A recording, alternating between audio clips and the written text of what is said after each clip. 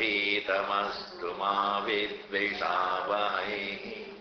ॐ शान्ति शान्ति शान्तिः।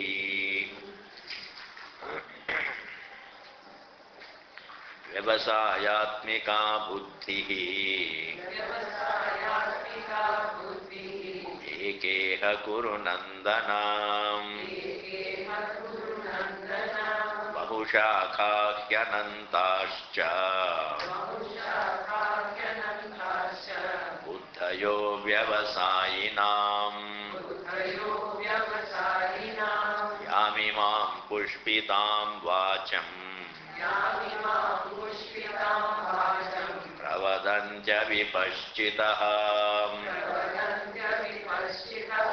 वेदवादरताः पार्थ नान्यदस्तीति वादिनः। कामात्मानः स्वर्गपराः जन्म कर्म फलप्रदाम् क्रिया विशेषबहुलाम् भोगैश्वर्यगतिं प्रति भोगैश्वर्यप्रसक्तानाम् दयापहृतचेतसाम् व्यवसायात्मिका बुद्धिः समाधौ न विधीयते। त्रैगुण्यविषया वेदाः निस्त्रैगुण्यो भवार्जुन। निर्द्वन्द्वो नित्यसत्त्वस्थः निर्योगक्षेम आत्मवान्। So, Vyavasayatmika Buddhihi Eka Iha Kurunandana. Simple words. Just go by, just word by word. Every word is within your grasp. It is all already known to you. It is just you have to only recollect. Every word is already it is there in the air. Vyavasayatmika means not to be in two minds. Not to be in two minds. Not to be ambiguous. To be clear. To be clear. Buddhihi, thinking. Eka, ekhi, iha, in this life, in this topic. Kurunandana, hey Arjuna.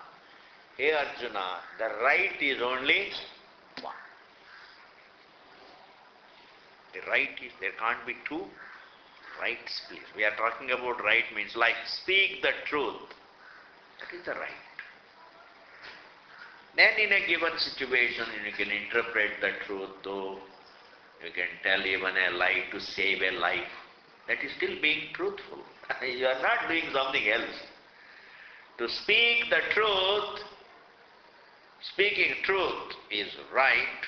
Even to tell a lie, to save a life, is also truth.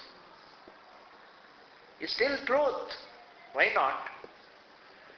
To save this world, if I can tell a lie, by telling a lie, if I can save the life, if I can save the lives of the people by telling a lie, and if I tell a lie with that motive, I am still being truthful. I am still being truthful. I am not destroying the truth. I am using the truth to save the world. And I decide to twist it a little to save lives. It is still being truthful. Therefore, it is one. I will give you another example because this particular topic, a little terse, then you can, once you get the vision of it, then it's easy to move ahead. It happens to be a post, lamp post, call it post. And then, if I say, If I see the post as a post, it is only a post. And supposing you miss that it is a post, supposing you fail to register it as a post, then you take it for a ghost, let us, or take it for a man. That misconceptions can be 1,000. But the right vision, truth is one. That it is post alone is true. That it is ghost is not true. That it is a man standing is not true. That nothing is there is not true. That means what? There could be 1,000 untruths, but one truth. There could be 1,000 lies, but truth is one. It is that one that can save us. Those 1,000 lives can't save us. 1,000 lives, 1,000 lies, 1,000 lies can't save us. But that one truth can save the soul. Can save the soul from unhappiness, can save the soul from struggle, can save the soul from grief, can save the soul from all kinds of sorrow, from its unhappiness. It is the truth that can sustain us. But 1,000 lives, how many? 1,000 lives can't sustain. Even 1,000,000 lives can't sustain. But one truth can sustain. That is what here Krishna is talking. Vyavasayatmika buddhi eka iha. In this line, Guru Nandana Arjuna. Truth is one. And therefore the right knowledge is also one. Misconceptions are many. Fact is one. Misconceptions are one. And now he says, and when you know that this is the truth, the rest is all just bluffs.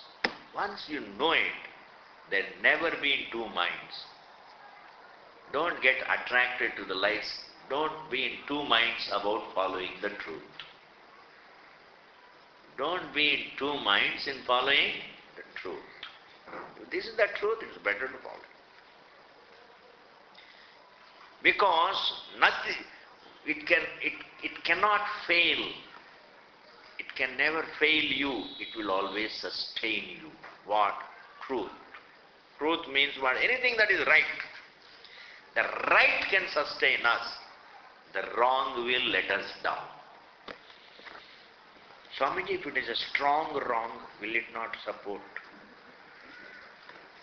Dear Ramachandra. How can the strong wrong sustain? No, it is मजबूत. अगर हम wrong में बहुत मजबूती लाते हैं, can it not support us? No. Wrong always lets us down. The right will support us. Don't trust the wrongs to support you. Don't be clever enough to have trust in the wrongs. Don't use all your great intelligence to put trust in wrongs. Even a little trust in the right is like a little trust in God. You see? Trust in the right is trust in God. Trust in the truth is trust in God. And that trust will never let us down. Trust in the wrong is trust in the false. And once you trust in the wrong, it will definitely let you down. And therefore afterwards, don't cry. Why? What let you down? The wrong. The wrongs alone let you down. The rights never let you down. Rights are always with you. Any right action is always with you. You are happy that you have been right. It can never let you down. That you have done that you have followed the right can never make you unhappy. that you have followed the right. It may cost you little money. It may temporarily. There can be a temporary thing, setback looking temporary thing. Setback looking temporary thing may happen when you follow the right, but it can never put grief, unhappiness in your heart, because right and unhappiness are opposed. Where there is right, there is no unhappiness. You feel very happy that you have been right. Supposing you have been a very good person to your sister-in-law, even though your sister-in-law is not very good to you, but you are genuinely being good to her, then even if it is not good, you won't feel unhappy. You will not say, what is the use of being good to somebody? I've been so good. Ultimately, this is what she has done. This is all wrong. If you have been good, you will not say that. Say, you have been good to another person. Why sister-in-law? Another person. To be good to another living being, to be good to another human being, to be good to another living being is always with you. It is the other person's problem. If the other person reciprocates, okay. Doesn't reciprocate, unfortunate. Not you are unfortunate. That person is unfortunate. If the other person doesn't reciprocate your good deed, if the other person doesn't reciprocate, then who is unfortunate? The other person is unfortunate, not you are unfortunate. I am so unfortunate that they haven't reciprocated. No, they are unfortunate, they are not reciprocate.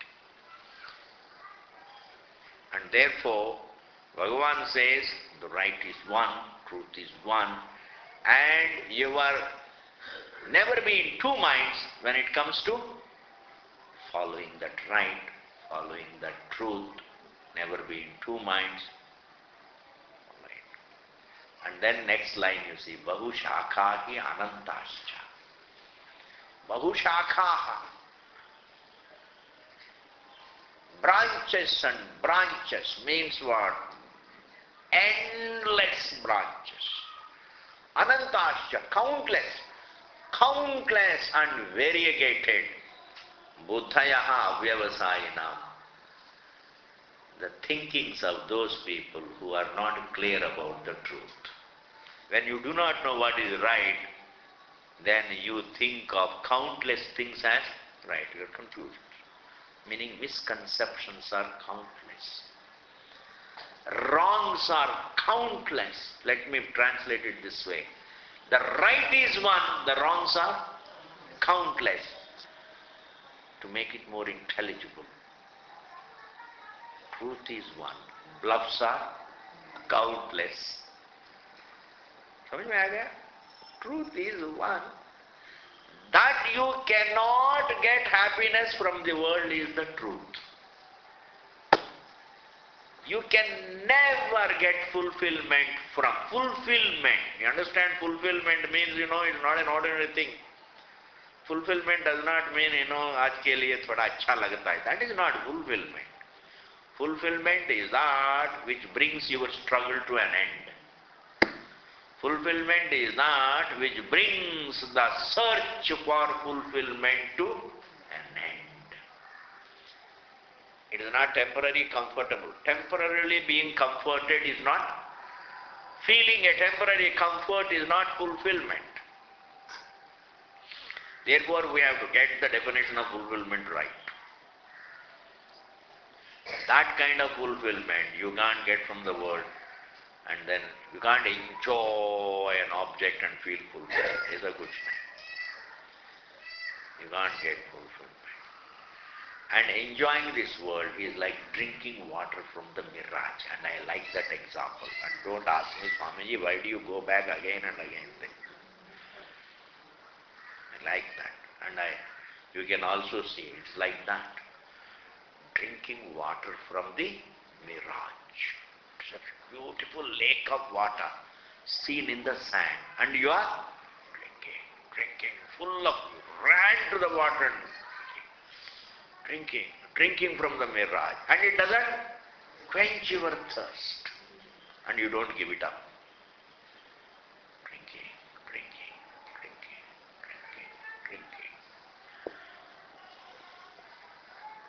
still the thirst never comes to an end. What is the difference between drinking water from the mirage, drinking mirage water for quenching one's thirst, and enjoying forms and sounds and tastes and touches and smells all the time, trying to consume this world to fulfill, trying to consume this world to fulfill myself, and drinking water to quench the thirst? What is the difference? There is no difference. There is no difference. That is the truth. And it shall remain the truth. And if that is not understood, then what are the bluffs? Countless. If I enjoy that, I'll be happy. If I enjoy this form, I'll be happy. If I hear that music, I'll be happy.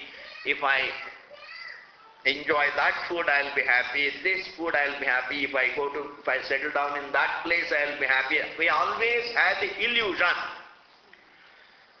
Illusion that I will, that is called illusion. Illusion is not seeing the post and that is nothing. That is not a big illusion. Seeing one object for another object is not an illusion with great consequences. Seeing a rope as a snake is not a great illusion. But that I will be happy through that is an illusion that strangles me. My illusions about where lies my happiness strangle me. I am strangled by my illusions about happiness. Not just, a misconception about an object is not a big deal. Not a big deal. The real illusions which really strangle me, torment me, make me helpless, are the illusions about where lie my happiness. Then I am looking for it throughout. Like this, the bluffs are countless. Every illusion is a bluff. If I go and settle down in America, I'll be happy. It's a bluff. Correct. Because a particular place has nothing to do with happiness. Place, time, desha, kala, avastha have no role to play in your happiness, in your fulfillment. Desha, kala, avastha. Because it is inner thinking, it is discovering the truth. That is, if I am searching for happiness, definitely it must be my nature. I have to look into myself.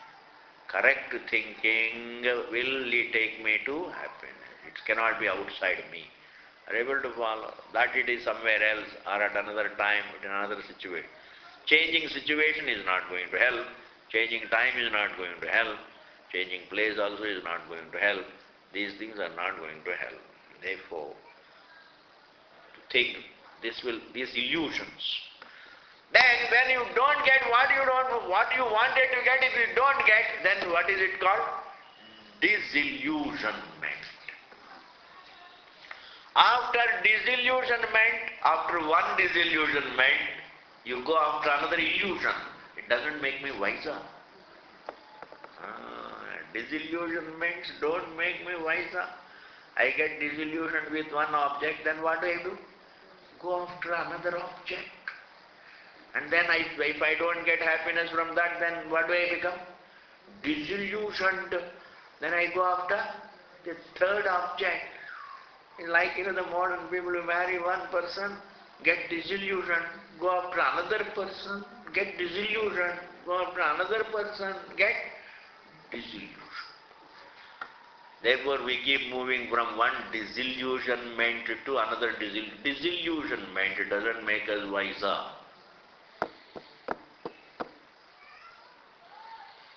Vedanta comes and it doesn't make you disillusioned, it makes you de-illusioned. De-illusioned. how a person can get de-addicted. De-addicted. A person who has got alcohol, then you take him to an institution where he gets de-addicted. Vedanta makes a person de-illusioned. Hey, don't have illusions.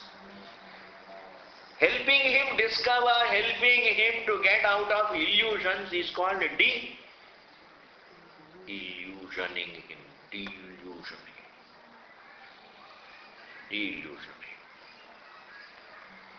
Vedanta de-illusions him. He said the truth is that what you are looking for is not away from you. You better, without taking a look. You know, whenever you should never look for anything without first discovering it is not within. Better go without. Better go out only after checking out the within. जब घर में नहीं है मालूम है तभी घर से बाहर ढूंढना. जब घर के अंदर ही है तो घर से बाहर. That is why first you always check up what is there in the kitchen.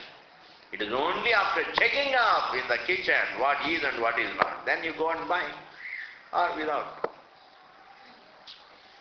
Without checking in the kitchen, you don't go for buying.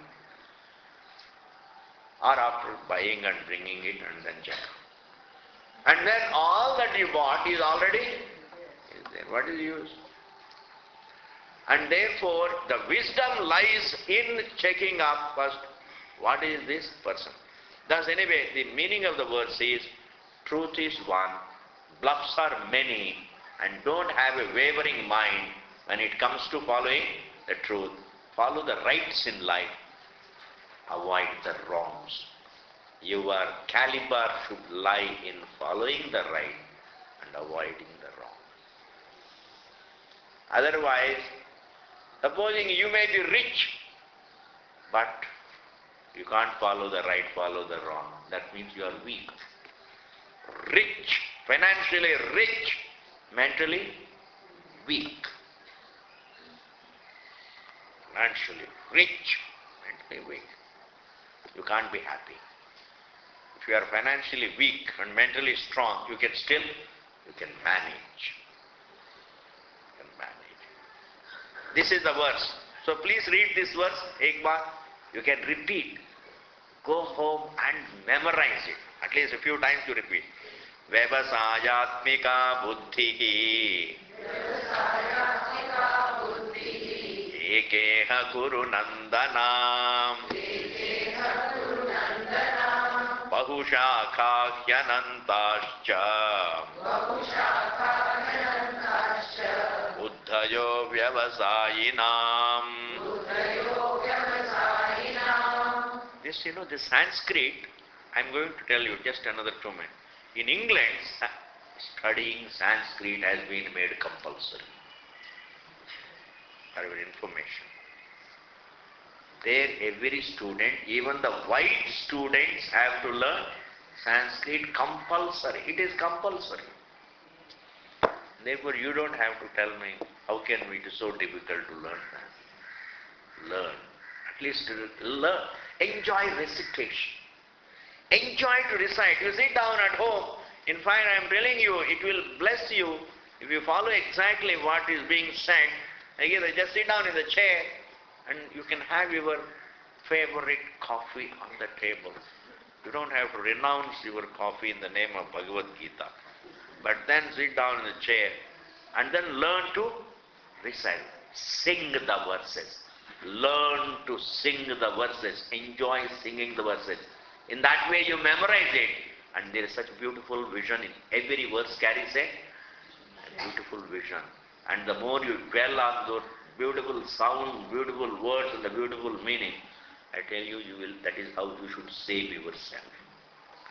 From unnecessary distractions, unnecessary redundant involvements, from vikshepa. You understand, like a cloud, it's a very rich cloud. It is very rich cloud carrying a lot of water. It's not a barren cloud. It is a rainy cloud. It is a rainy cloud, but it has a distracted mind, it gets fizzled out. A rainy cloud which can bless the whole world, it can get fizzled out. Similarly, you are a rich person, meaning you are a human being who has got intelligence, a long life, education, everything. I should make the best of the situation to understand what the truth is. And if I don't save myself, if I don't collect myself, compose myself, I get fizzled out.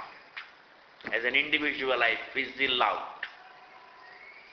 And I don't remain useful either for me or for others. And therefore, the best way to save yourself, compose yourself, collect yourself, and thus save yourself by way of enjoying, dwelling on the recitation of these verses. Are you able to follow? And this recitation also is a rhyme. And don't say, don't be prosaic, just, in a bland way, don't recite. Learn with the swaram. You understand swaram? There is a singing. And you should learn with that singing. And you say, no, we can't do it. Bollywood music, you are so good at. You are so good at. Even first time you hear, एक बार सुन लिया पकड़ लिया, एक बार सुन लिया पकड़ लिया, गीता वर्ष को पढ़ते रहा, होता नहीं. Why? Because our heart and soul is not there. Once you put your heart and soul in it, you will pick it up. Are you able to follow? Come on, once more you recite. In the same manner at home you practice. Vyavasayatmika buddhi ekeha kuru nandanam bahushakha hyanantascha uddhayo vyavasayinam avyavasayinam. So now this is over. We will come back to the topic in the later verses. Now go to the next verse. The next verse, the topic is this. The topic of this verse we have seen. A, truth is one, the bluffs are many in life. You better discover the truth sooner than later and follow it to save yourself, to liberate yourself. Lies can't liberate you, truth can liberate. That is the topic of that verse. The next verse is, Bhagavan says, the topic is this. Well, don't fall for glitter, glamour. Don't fall for glitter, glamour, mere color without substance. Substance is more important than glitter, glamour, gloss, and all that. You see? All that. Tract. Substance. Substance, what makes you happy is the substance. What makes you feel, what comforts you is substance. That is called the definite substance. What makes you feel nice, that is substance. What attracts you, tempts you and disappears. It attracts you, tempts you, puts some false hope in your heart, and then you try to reach and take it and enjoy it, it disappears. You understand? Someone, it tempts you by its glitter, tempts you, attracts you, and without really giving anything, disappears. It's a myth. It's a myth. A myth attracts you, tempts you, puts a false hope in you, puts in your heart some dream and then disappears. Leaves you empty, leaves you frustrated, ultimately. Creates false hopes. And even if it attracts, just temporary pleasure it gives, then afterwards leaves you again. The same empty. Same empty. That's called not substance. Doesn't have substance. Bhagavan says, look for substance in life. Don't fall for glitter and glamour. Now, a ritual performed without devotion is all glitter and glamour. A ritual performed without any devotion, without discovering that one's happiness lies in one's own mind, in keeping your mind. When your thinking is okay, you are peaceful. When your feelings are okay, you are peaceful. When your mind is pure, you are peaceful. When your thinking is in the right direction, you are peaceful. Happiness you have to discover. You have to bring about happiness in your own mind. Don't expect it to come from outside. Supposing you perform a ritual and wait for happiness to come. You perform a ritual and wait for happiness to come. Bhagavan says it is never going to come. Some money may come, some object may come, some name may come, some fame may come, but not happiness. And rituals look very attractive. Reflections don't look very attractive at this time. Bhagavan says, your reflection can really give you much more than a ritual. Ritual has its limited purpose. Reflections have enormous purpose. Reflections really give you the everlasting. Rituals give you only temporary. We don't run down the rituals, but we have to cut them to size. Don't look upon rituals as everything. Nor do we run them down. Take whatever you can get from the rituals, but don't conclude that can give you everything. Rituals can't give us everything. There is Veda does not mean, Vedic Hinduism does not mean rituals. Rituals are just on the margins of Vedic culture. Rituals are only on the margins of Vedic culture, but the central point, the central topic of Vedic culture is helping man discover himself. It's like helping a flower to bloom. It is like helping a small plant to discover its size, its actual, to realize its potential. I'm using that language, but understand, it's like helping the ocean discover its oceanic nature. The ocean is thinking that I'm a wave, I'm a wave, I'm a wave. And then you are telling it, hey, you are not a wave, you are the oceanic water. It's helping man discover himself is the central topic of Veda. And generally we are told, oh, what is Hinduism? Hinduism is nothing but rituals, number one. And Hinduism is nothing but too many gods. Too many gods. Say it's good, more the merrier. Why are you worried? People say, why are you so worried? Oh, too many gods. I say, we can have as many gods. We are not a God-forsaken country. We are a country in which there are gods. It's a Devaloka. What a way of commenting. They don't appreciate, here is a culture, ancient culture. The whole life revolves around divinity. That they can't appreciate. Here is a culture, here is a language in which truth is first revealed. Sanskrit is the language in which the truth is revealed. No other language. They don't appreciate the things. They always invent something, some flaw, and just do that. Who cares? You never go by others' opinion of your culture. You see for yourself. That is the test of your caliber.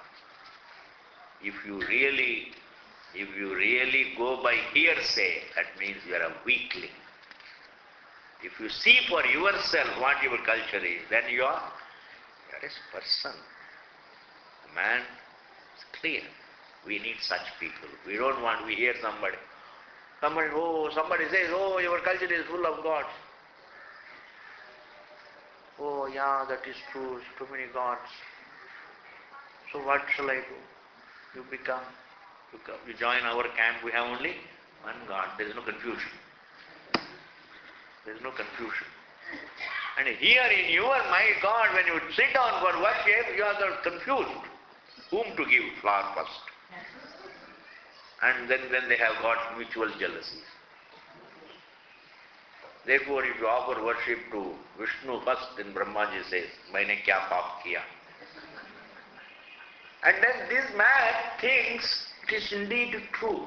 Understand, the others make it sound trivial. They trivialize. They run it down.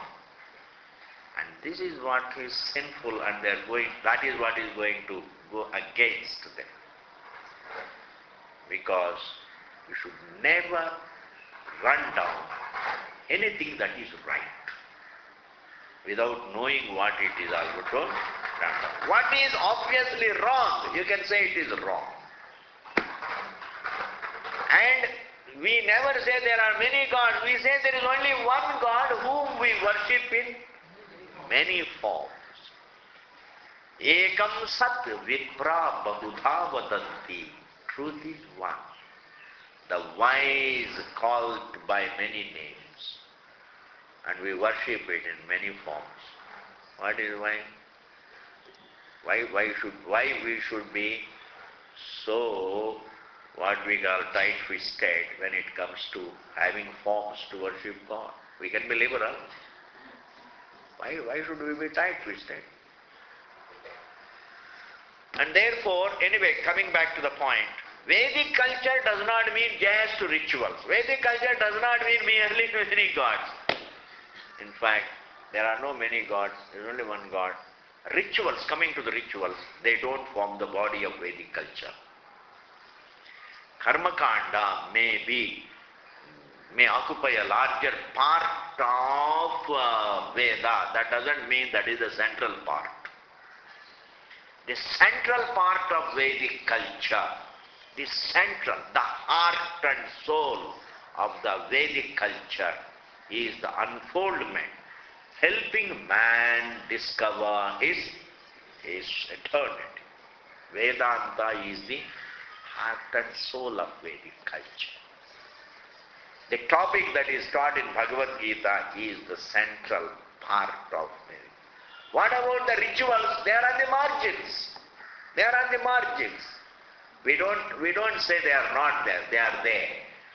Neither we say they are not there, nor do we say they are everything. They are there, which are good, which are colorful, which are useful. But just because rituals are colorful, don't think there is nothing beyond it. That is what Bhagavan says. Yam imam. Yam, jis imam, isko, meaning the topic that I am going to talk of. The topic that I am going to talk of. Pushpitam vacham. Rituals are a topic which is colorful, attractive, lot of glitter, lot of music that called Pushpitam vacham. Flowery words, flowery music, flowery speech, flowery promises, flowery material promises, everything flowery, glitter, glamour, very nice, very enjoyable. Ritual, you sit down in front of the ritual, you get occupied, it's very nice, it is enjoyable. It is not bad, but it is beautiful, but there is something beyond it, more than it. There is something more than it. Yamimam pushpitam vacham pravadanti. People talk of these rituals as everything. The problem is not the rituals. The problem lies with thinking that ritual is everything. I hope you have heard it. Rituals are not bad. But to look upon rituals as everything is bad. The same thing as money. Money is not bad, but to look upon money as the very essence of life. Money is not bad, but to look upon money as the essence of life is called, that is bad. Krishna is running that down. Rituals are beautiful, but also understand, beyond the rituals, after rituals, there is something else to understand. Don't say ritual, if I am following ritual every day, then I have done everything, and I am being very spiritual.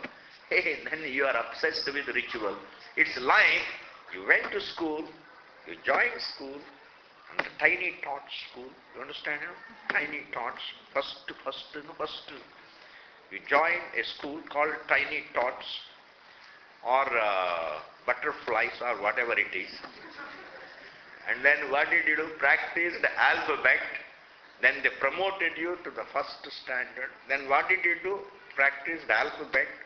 Then again, second standard, practice the alphabet. Third, practice alphabet. You went to Delhi University, practicing alphabet. You are practicing alphabet. What is the use? That means you are not growing. You are not growing. If you are only with the ritual, that means you are not growing. You are not growing. You are being repetitive of the same ritual. Hey, draw whatever you can get from the ritual and go ahead. Draw whatever you can get. There is a time in life when rituals are good. And alongside the ritual, you can also do something. Not that you renounce the ritual. You can have a ritual at home, little bit. Like alphabet, you don't renounce. Alphabet is always there with you. Even when you join the university, the alphabet is with you. You don't renounce the alphabet. Similarly, these rituals are always there. They are useful at home. When you go and offer a flower to Bhagavan, it's a ritual. Patram, pushpam, phalam, toyam. And on Ekadashi day, you offer a worship to God. It's a ritual. You go to a temple, it is a ritual. And it can be a part of life throughout life. It's a part of life throughout life. But that's not, alone is not. Here Krishna says, some people think, avipaschitaha, the stupid. I am translating it. You know, it's not wrong. Vipaschit means wise. Avipaschit means unwise. Avipaschitaha means the unwise. Is not the word stupid a synonym of unwise? Is not the word stupid? What else? No, why don't you translate it as unwise? Okay, the unwise. The unwise say that talk about these rituals as everything in a flowery language.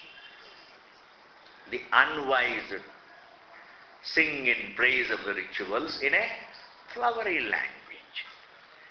Veda vada rataha, they revel in the argument that the karma can deliver you from samsara.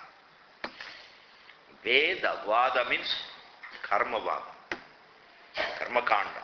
Veda vada rataha, those who revel in karma kanda. See, reveling means, is not just merely, there are two things. Reveling means, thinking that is everything, nothing else. That Ramanan is. Reveling in money, how do you revel in money? What do you mean by saying reveling? I mean, what can be the meaning of reveling in money? He is reveling in money. What does it mean? He thinks money is everything. And he has it and he uses it and he indulges in it and that's it. That's called reveling in it. Supposing a person is hugely rich but he knows the limitation of the money and he studies Vedanta. Is he reveling in money? No. He is reveling in Vedanta, using money for survival. Using money for survival is not reveling in money. He revels in Vedanta, he revels in his prayers, he revels in doing good, he revels in being a good person, he revels in doing good deeds, he revels in, studying the truth, and he uses Money for survival. Using money for survival is acceptable. Reveling in money means what? He goes to the locker, opens it, looks at it, and again closes it, comes back. And again after half an hour, again he walks down to the locker and again unlocks it, and then touches it, and then namaskaram, and then he is all the time doing as if really, that means what? He is stupid, wasting time. Wasting time. Better turn your attention to something better. Vedavadarata partha. See what Krishna is saying. Nanyadastiti vadinaha. They think there is nothing above it. There is nothing above ritual. Ritual is wonderful, but the theory that ritual is everything is bad. Ritual is good, but the theory that ritual is everything is bad. Money is very good, but the theory that money is everything is bad. Understand? Don't look upon money as bad, but the idea that money is everything is bad. That thinking that money is everything is bad. Money is not bad. Money is very good. Krishna knew. Who could have known better than Krishna? That is why Bhagavan has Vishnu as his, Bhagavan has Lakshmi as his constant companion. It is not easy. Bhagavan himself means the one who has, the one to whom the whole wealth belongs. You know, Krishna, he's not, you see, that is what, Krishna helps us not to be stupid, I am telling you. It is better to look into what he says and what he thinks. He is not stupid. And when you look into him, he doesn't make you a fanatic, he makes you a wise person, makes you very practical. He says, hey, rituals are good, but don't look upon them as everything. Take whatever you can and then walk ahead, go ahead. He took Pandavas too. You know, another piece of land, which was carved out for them by these people. All right, this piece of land, you have it. It was a barren piece of land. Krishna takes them and says, work. Makes them work hard and create Indraprastha. You understand? Through hard work. That means Krishna knew that you can't live without creating wealth. Krishna knew that you can't live without having wealth. Prosperity is never bad. Prosperity is one of the goals of Vedic culture. Dharma, artha, kama, moksha, of the purusharthas, prosperity is one of the goals of a human being. Veda says you need dharma, you need artha, you need kama, you need moksha. Four. Are you able to follow? Means what? You need artha, you need prosperity to live. You can't be a beggar and then think of really great philosophy. A person can't be suffering and think of Swami Vivekananda said, hey, you can't teach Vedanta to a hungry man. He is hungry. He says, give me some bread. He says, no, don't worry about the bread. I will teach you Vedanta. Sadeva Saumyadam Agrasit Ekameva Advitiyam Tat Satyam Sa Atma Tatvamasi Shvetaketu. I mean, he didn't even hear what you are saying. He is so hungry. How can you teach Vedanta to a man who is hungry? He needs some food, you better give him some food. A man who has got fever, you can't teach him Vedanta. You better give him some medicine, for which you require prosperity. That is why Veda says, let prosperity be one of your goals, because that is one of your necessities. Then the next is kama, making the right use of it. Then the third is the dharma, following the right values for your mental peace. And then the fourth is moksha, understanding yourself. Understand, I am putting it in a way, please try to capture this. Dharma, artha, kama create an environment. Dharma, artha, kama create an environment in which you live. You live in an environment of dharma. You live in an environment of prosperity and dharma. You live in an environment of making the right use of money. And in that environment you live and grow and discover moksha, the free nature of yourself. Dharma, artha, kama provide environment, and moksha is the purpose. Moksha is the purpose. That's all that we require. Therefore, don't say that money is bad, money is our need. Then what is bad? The theory that if you have money, then you don't need anything. When you have a lot of money, then you don't have to live only with one girl. There is no majboor. There is no majboori. You have no majboori to have to live with only one girl. When you have a lot of money, you can go for. Then your secretary also can be your girlfriend. One goes berserk. You understand, no? Money makes you go berserk. Bhagavan says, money is good, but the theory that money is everything is not good. Similarly, rituals are good. I am saying rituals are beautiful. In this world, one of the most colorful, beautiful things of India is its rituals. Let there be a worship. How do they worship? There is nothing, it's all blandness. Hamara worship देख लीजिए. कितनी आनंद होता है, कितनी आनंद होता है, कितनी बढ़िया आरती होती है, कितना बड़ी होती है. It's all wonderful, full of life. Have you ever seen a lifeless worship?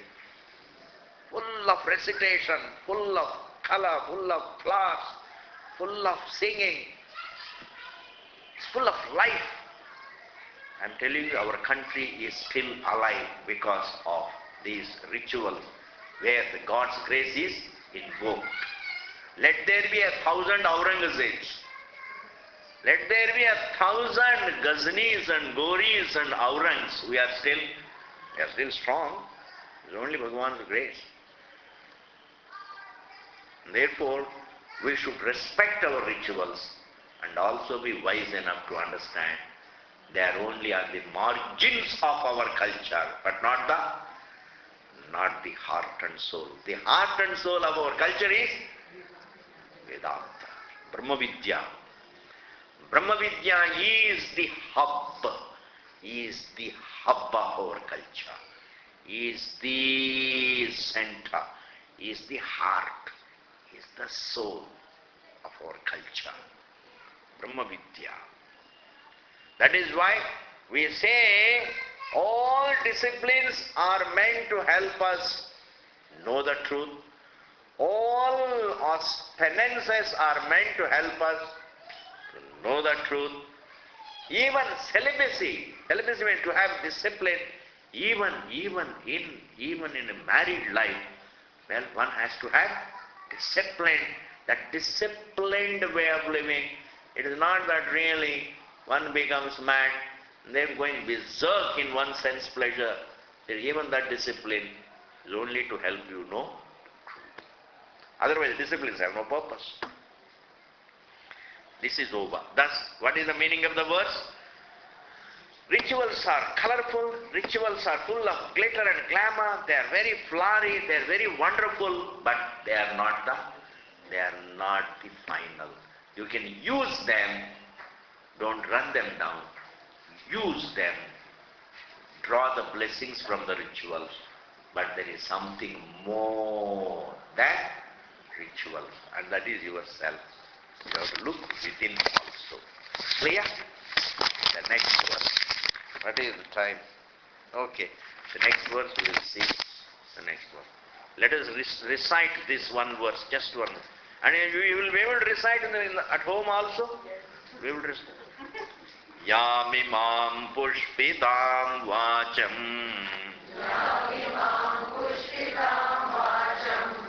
वदन्त्य विपश्चितः वेदवादरताः Partha नान्यदस्तीति वादिनः.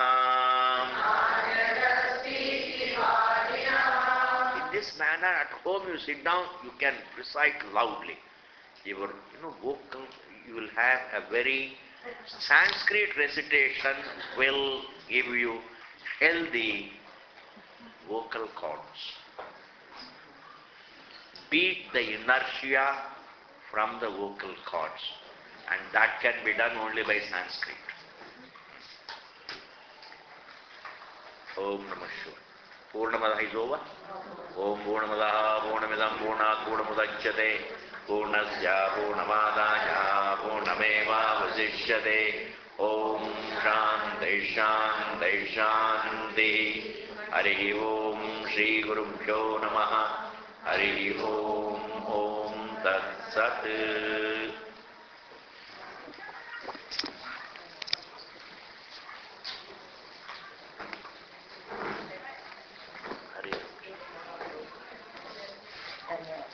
Hari Om, Hari Om.